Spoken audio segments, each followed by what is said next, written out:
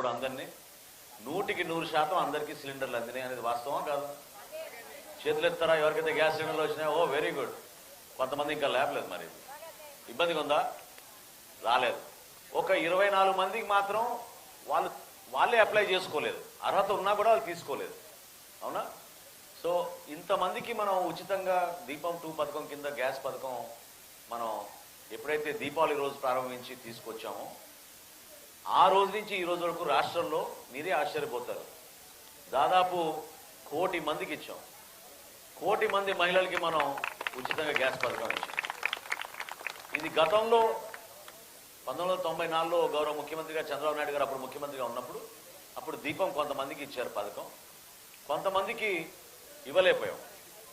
అంటే మీకు ఆరోగ్య సమస్యలు ఉండకూడదు, ఇళ్లలో మీరు కట్టెపొయ్యిలు పెట్టుకోకూడదు, గ్యాస్ సిలిండర్ పెట్టుకుంటేనే ఉపయోగపడుతుందనే ఆలోచనతో ఆ రోజు చేశాం.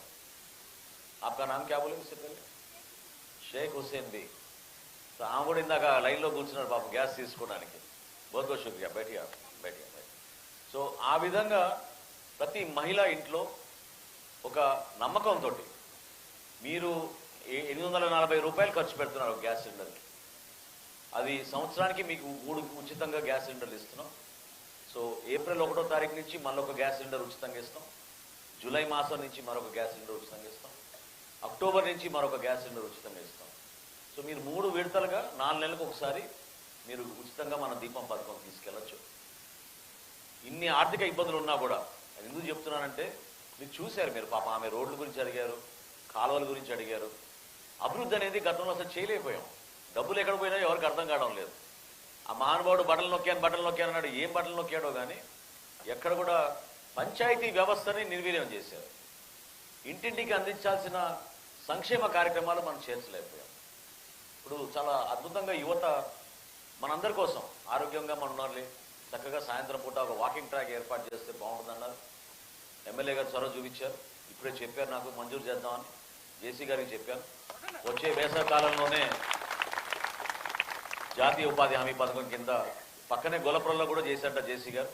సో పర్సనల్గా దాన్ని మంజూరు చేసే విధంగా చర్యలు తీసుకుంటా అని చెప్పారు. సో త్వరలోనే మీకు ఒక చక్కటి వాకింగ్ ట్రాక్ మీ గ్రామంలో ఏర్పాటు చేసుకునే విధంగా మనం ముందుకెళ్దాం.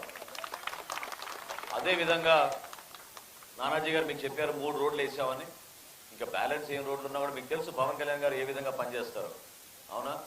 సో మంచినీటి సరఫరా గురించి కానివ్వండి, పంచాయతీరాజ్ వ్యవస్థలో ఉన్న రోడ్లు కానివ్వండి, వీటెక్కడికి ఇబ్బంది మీకు క్షేత్రస్థాయిలో మీకు ఇబ్బంది కలగకూడదు, అభివృద్ధి అనేది చేసి చూపించాలి.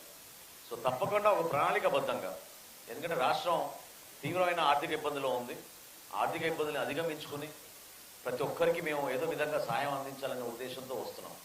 ఇప్పుడు ఇందాక మన రేషన్ బియ్యం దగ్గర నేను కొంతమందిని అడిగాను, ఎట్లా జరుగుతుందమ్మా ఏంటి అంటే పాపం వాళ్ళు చాలా మరి మనస్ఫూర్తిగా తృప్తిగా రేషన్ బియ్యం మేము తీసుకుంటామని చెప్తున్నారు. అది మరి మీకే తెలియాలి ఎంతవరకు రేషన్ బియ్యం తీసుకుంటున్నారు. ఓకేనా? తీసుకుంటున్నారా? Very good. సో ఇది అంటే మీకు తెలియాలి, ప్రభుత్వానికి కొంతమంది తెలియక దాంట్లో ఏదో ప్లాస్టిక్ బియ్యం ఉందనో అట్లా అనుమానాలు తెచ్చుకుంటారు.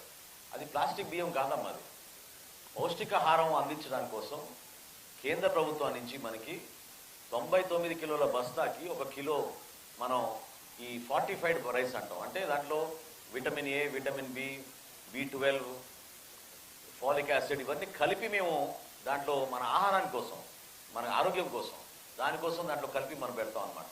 సో ఎవరన్నా మిమ్మల్ని అట్లా తప్పుదోవ పట్టిస్తే నమ్మబాకండి. అదేంటంటే మన ఆరోగ్యం కోసం ఆ బియ్యం మీకు అందించేది.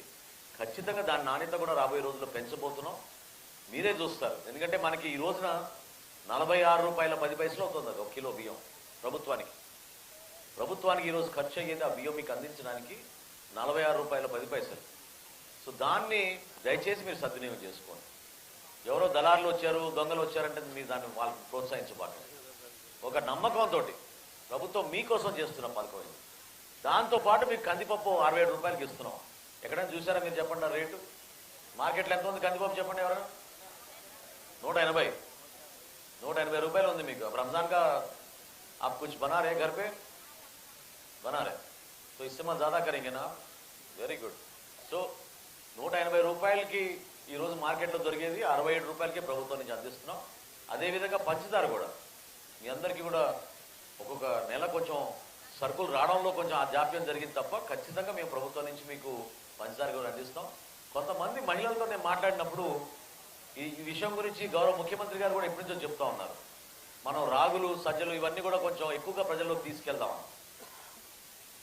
అక్కడ ఇద్దరు ముగ్గురిని అడిగాను, మరి ఇక్కడ మిమ్మల్ని అందరిని అడుగుతున్నాను, రాగులు మీరందరూ వాడతారా? రాగి జావా కోసం ఎంతమంది కావాలో చెప్పండి, చేతులు ఎత్తండి. ఓ వెరీ గుడ్, అందరు ఎత్తండి, నువ్వు కదా చెప్పేది. వాళ్ళు చెప్పాలి మనస్ఫూర్తిగా, దాని ప్రకారంగా సిద్ధం అవుతాం. అవసరమా మీ అందరికీ? రాగులు మీకు సరఫరా చేయాలా? Very good. దాంతోపాటు మీకు బెల్లం కూడా సరఫరా చేస్తే బాగుంటుందా? నాణ్యమైన బెల్లం. ఏం తల్లి కిలో కావాలా మీకు పంచదార? ఆరోగ్యం జాగ్రత్త, ఎక్కువ వాడబాకండి పంచదార, సరేనా? Very good, very good. ఇద్దాం, తప్పకుండా ఇద్దాం, బెల్లం కూడా ఇద్దాం తప్పకుండా. రాబోయే రోజుల్లో బెల్లం కూడా మీకు సరఫరా చేసేటట్టు వీటితో పాటు చాలా బాబులు ఉన్నమా, వీటితో పాటు చాలా ముఖ్యమైన కార్యక్రమం చేపట్టబోతున్నాం. అదేంటంటే వచ్చే మే నెల నుంచి మన బిడ్డలు మళ్ళీ తిరిగి స్కూల్కి వెళ్ళినప్పుడు మొట్టమొదటిసారి ఆంధ్రప్రదేశ్లో బిడ్డలకి మధ్యాహ్న భోజనం పథకంలో ఫైన్ రైస్ మనం అందించబోతున్నాం మన పౌర సరఫరాల శాఖ నుంచి. చాలా మంచి క్వాలిటీ నాణ్యమైన బియ్యం, మన సన్న బియ్యం అంటాం దాన్ని, అది మన ప్రజలందరూ కూడా అందించబోతున్నాం. రాష్ట్ర వ్యాప్తంగా దాదాపు 1,14,000 మెట్రిక్ టన్నుల బియ్యం. ఆ విధంగా మనం రైతులందరూ కూడా సహకరించారు. రైతుల దగ్గర నుంచి మనం ధాన్యం కొనుగోలు చేసి మధ్యాహ్న భోజనం పథకం కింద, అదేవిధంగా మన సోషల్ వెల్ఫేర్ హాస్టల్ కూడా వాళ్ళందరూ కూడా ఆ విధంగా అందిస్తున్నాం. ఇక్కడ అంగన్వాడీ కేంద్రం బాగానే ఉందమ్మా, మన చిన్నపిల్లలు వెళ్తున్నారా? టీచర్లు అంగన్వాడీలో అంత బాగానే ఉన్నారా? Very good. సో అక్కడ కూడా ఇంకా రాబోయే రోజుల్లో మరింత మెరుగుపరచడానికి అక్కడ మీకు పామ్ ఆయిల్ కానివ్వండి,